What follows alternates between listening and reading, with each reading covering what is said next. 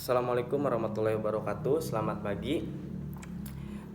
Di sini saya akan sedikit memaparkan tentang proposal penelitian yang sudah saya buat. Eh, Nama saya Arman Arpiansa dari Ilmu Politik, jurusan Ilmu Politik 2017 dari Universitas Siliwangi. Tugas proposal penelitian ini akan diberikan kepada dosen pengampunya, Bapak Ahmad Satori, SIP MSI. Proposal penelitian ini berjudul Etika Politik dalam Pandangan Perspektif Ibnu Khaldun. Di sini saya akan menjelaskan yang pertama, bab pendahuluan meliputi latar belakang, rumusan masalah, tujuan penelitian, batasan masalah. Bab 2 kajian pustaka, landasan teoritis. Bab 3 metode penelitian, jenis penelitian, sumber data, teknik pengumpulan data, dan analisis data. Yang pertama, bab 1 latar belakang. Politik sering disebut sebagai kekuatan. Terkadang seorang penguasa harus memiliki kemampuan memaksa dan mengendalikan orang lain karena manusia terkadang-kadang tidak mengerti akan batas-batas kepentingan pribadi yang sesungguhnya. Oleh sebab itu, tindakan seseorang pemimpin seringkali melebihi batas dan bahkan menyimpang dari garis kebenaran. Dewasa ini sangat banyak dijumpai kekuasaan yang seharusnya digunakan untuk memperjuangkan kepentingan umum, tetapi disalahgunakan untuk kepentingan lain, bahkan untuk kepentingan pribadi masing-masing pemimpin. Pada hakikatnya, pemerintah yang sesungguhnya ialah sebagai pemimpin rakyat yang mewakili dan memenuhi tuntutan kebutuhan rakyatnya. Oleh sebab itu, politik harus diiringi dengan etika agar pemerintahan dapat berjalan dengan baik. Etika dapat menyoroti suatu profesi atau suatu masalah, contohnya etika kedokteran, etika politik, dan sebagainya. Adapun etika politik yang sesungguhnya merupakan bagian dari filsafat politik. Ketika filsafat dihubungkan dengan politik, maka ia akan melahirkan filsafat politik. Ketika filsafat dihubungkan dengan etika, maka akan melahirkan etika politik. Etika politik adalah seluruh aturan atau kaidah cara berpikir mengenai pemerintahan suatu negara. Tujuannya adalah mengarahkan manusia kepada hidup yang lebih baik, serta membangun institusi-institusi yang adil bagi masyarakatnya. Politikus yang menjalankan etika politik adalah negarawan yang mempunyai keutamaan moral yang baik.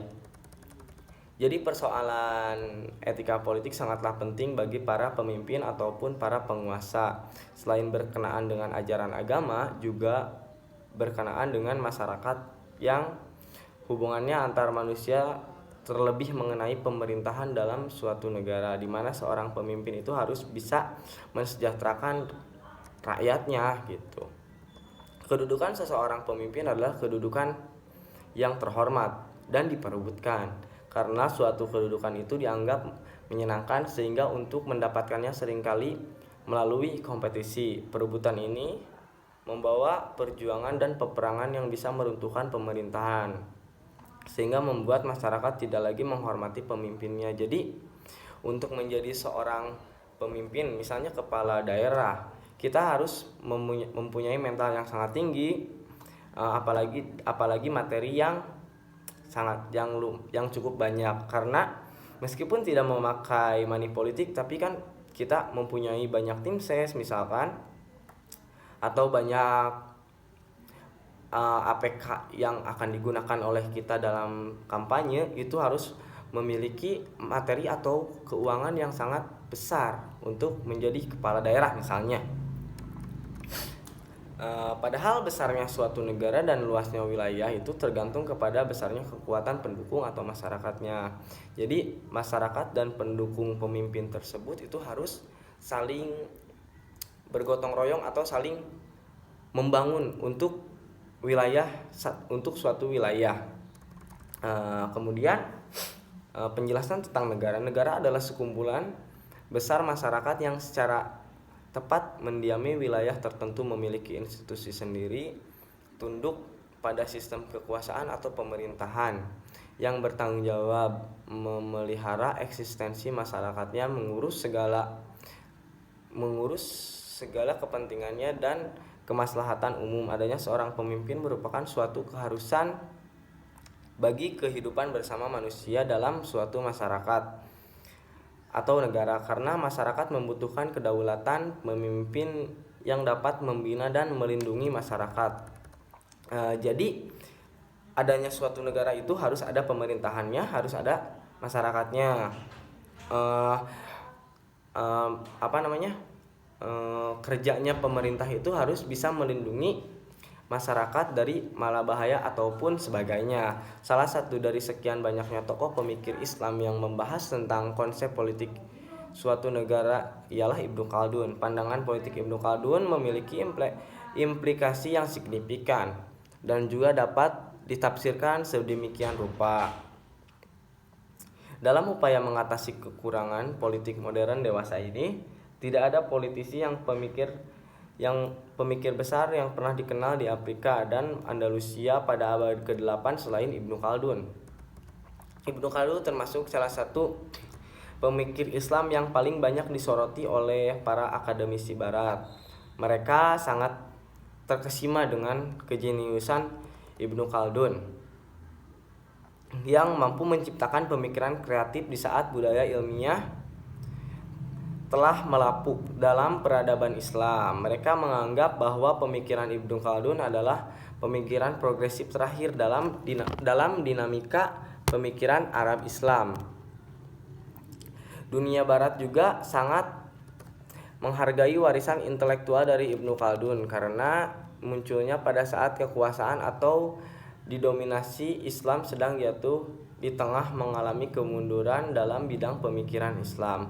Walaupun dalam keadaan yang demikian, beliau masih mampu melahirkan sebuah karya yang monumental, yaitu Muqaddimah, yang merupakan pengantar dari kitab Al-Ibar. Dalam warisan intelektualnya tersebut, para ilmuwan barat menemukan teori-teori yang belum pernah dibahas oleh akademisi dunia barat sebelumnya. Ibnu Khaldun bukan saja seorang ilmuwan filsuf, tetapi juga merupakan tokoh yang aktif dan terlibat langsung dalam pemerintahan Islam pada masanya.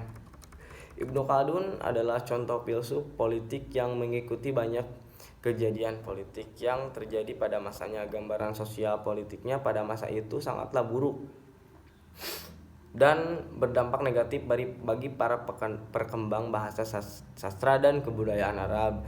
Beliau hidup di tengahnya kondisi kemunduran politik Islam yang pada saat itu berbagai kerajaan muslim di Andalusia mulai runtuh.